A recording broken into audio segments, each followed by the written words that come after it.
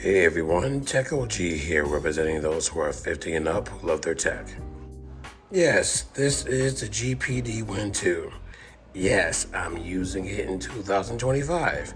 Yes, it's still usable in 2025, and it's going to be usable next year too. Yes, the specs, as you can see right here, are minuscule compared to the HHPCs that are out today. I mean, seriously, the CPU in this is one of two. It's either the Intel Core M3 7Y30, or in the updated version of the GPD Win 2, which I have right here, is the Core M3 8100Y. Now, this does have 8 gigabytes of RAM, so it still can run a nice bevy of games. It's not going to run, of course, your AAA games or your graphically intense games, but it's going to run a pretty good amount of games on Steam or your own collection that you have. For example, I love the Tales series, and so Tales of Zestiria, Tales of Berseria, they play well on there, and I can play Symphonia, Vesperia, I think it's called Vesperia, and the other Tales. I can play them all on here. Plus, this bad boy can still run a majority of the emulators that were made for the PC. They play pretty well in here. PS2, PS1, PSP, of course, your Super Order retro games, your 8-bit retro games, emulators. I haven't tried the Xbox 360 emulator, so I'll try it out, and most likely it's not really going to work well, but I'll still try it anyway. And this baby has touchscreen. This has touchscreen. Let's see if I can try to move this. Yep, touchscreen.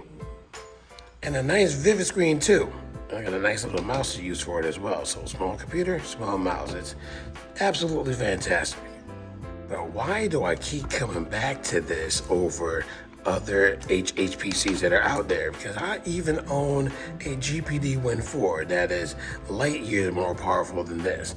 And I have a 4 terabyte SSD installed that I installed myself so that I can have a nice cache of games ready to play whenever I want to play them. Why don't I use that one and use this one instead? Well, there's a number of reasons. And of course, for reasoning, it's always for the user. So I'm not speaking for anybody but me because I'm talking about the devices that I have. And one of the main reasons why I like this is because of the clamshell device. This clamshell device is so awesome. When you close it up, you can actually fit this in your front pocket. Well, depending on how big your pockets are, how tall you are for your pockets to be big, but this fits in my pocket quite well. So this is a very portable game or PC. I can't even say game system, just it's a PC. It's a regular PC. I can run Windows on here. I can run Office on here, run a lot of PC programs on here, and it works quite well. I use Streamlabs on this bad boy, and it works fantastically. So having this and using this to record videos for my YouTube channel, to play games on the go, to have it in this small form factor so I don't have to carry a lot of stuff, is absolutely ideal. I also love the format of the game controls. These buttons, believe it or not, are slightly bigger than the GPD Win 3 and 4 buttons on those devices. Why are these bigger and feel more comfortable? I don't know. Why didn't they take the size of these buttons, put them on the other GPDs? The successor of this? I do not know. This keyboard is still great to type on, thumb-wise. The keys are raised a little bit as compared to the GPD Win 3 when it was touch keyboard, and you couldn't really feel each key, and the GPD Win 4, which is a keyboard like this, but all the keys are flat because of the slide down screen. This keyboard is really good, and I type better on this one than the GPD Win 4, and obviously much better than the GPD Win 3 because it's just a flat panel, and it's touch. But to have your analog sticks right here and your D-pad right here and the buttons right here, it just feels great in the hands. As I've already mentioned about the screen is very nice. It was made by Sharp, the company Sharp, and it's nice and vivid. I have a matte screen protector on here so you don't see any reflections of light, so that's why it looks a little dim, but if you take it off, it's pretty bright, it's pretty detailed. It's like high definition, so I really like the screen. What else? The size. It's fantastic. Again, fit in your pocket, fits great in your hand. The I/O is pretty decent. You have a USB Type-C port, which is also for charging, data and charging. USB Type-A port, and I have a little hub on here to extend the amount of USB-A ports on here so that I can include an external SSD and other peripherals that I use. I have these little kickstands to lift it up so that air can flow in the device so it won't get overheated. It's pretty nice. So I can put it in a lot of different angles, these particular feet that I have. Got these from Amazon. If you're interested, I'll let you know where the link. I'll leave the link in the description. And it has a removable internal SSD, and it removes quite easily. One of the easiest ways to swap out SSDs. This was the first HHPC that had the easiest swappable SSD. Now there are other ones that are made today, other HHPCs, where it could be even easier than this one, because with this one you need to have a little screwdriver, unscrew the screw, just one screw, and then that's it. So it's quite easy for this. For others, you can just take off a little panel and then swap it that way. So like I said, still easy, still great. So I have a 2 terabyte SSD on the inside, and externally a 2 terabyte SSD inside this enclosure.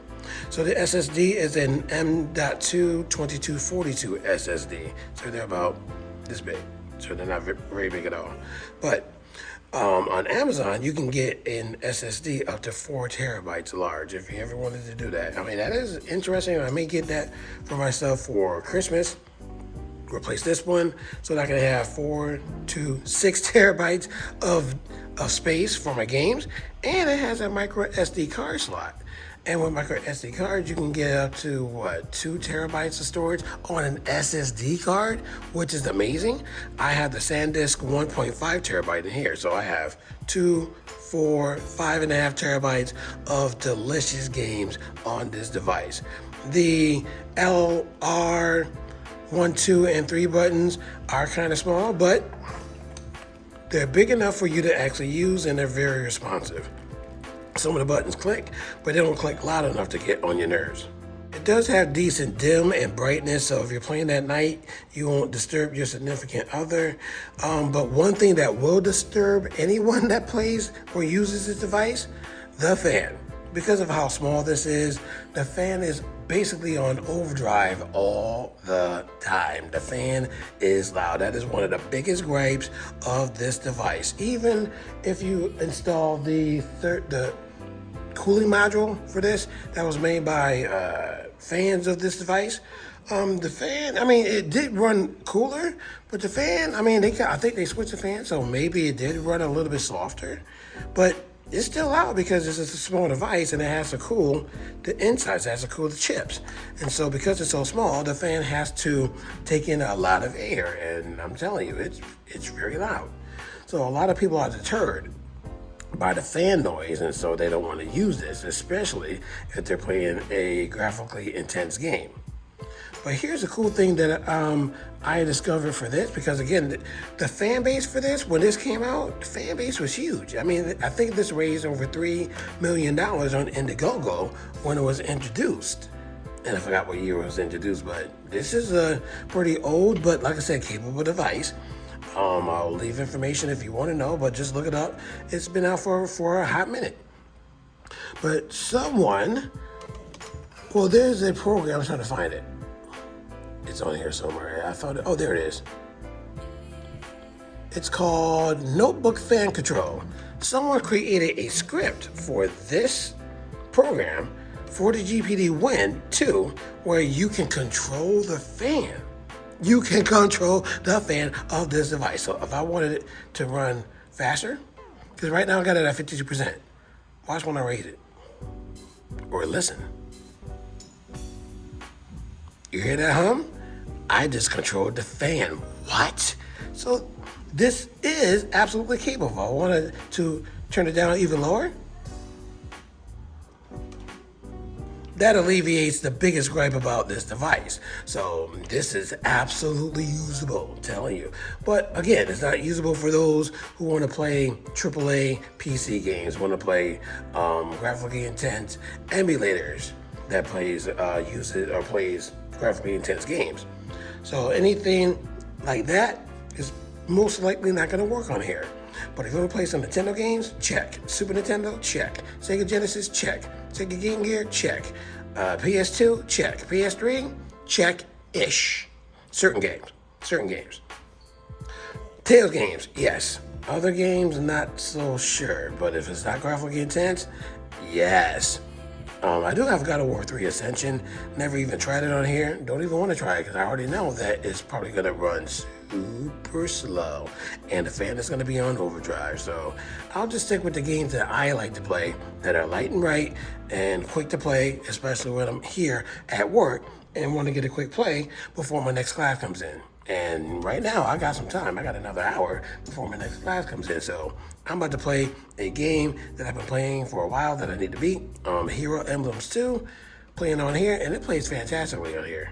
So in the future, I'm actually going to make some gaming videos. I haven't made a lot of those because, again, the games that I play aren't as exciting as the games that everyone else plays.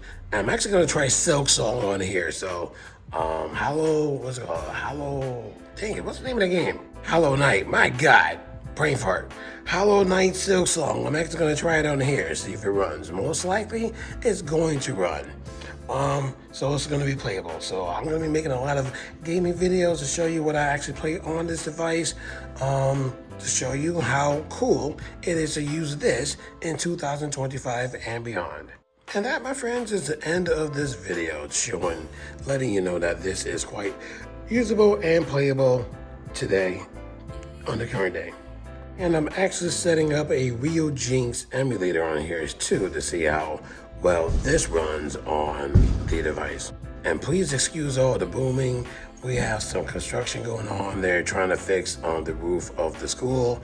And so this booming has been going on all day long since I got to work, even up to now, and the students are like scared. They're like going nuts. Like think it's an earthquake or the building's falling apart. It's crazy. But excuse all that in the video. Sorry about that. Anyway, that's the end of this video. Hope you enjoyed it. Check out gameplay on the GPD Win 2 a little bit later when I release some videos. And if you enjoyed this video, definitely leave a thumbs up. Subscribe to my channel if you haven't done so already. Tell your friends about my channel, and I hope to see you in my next video.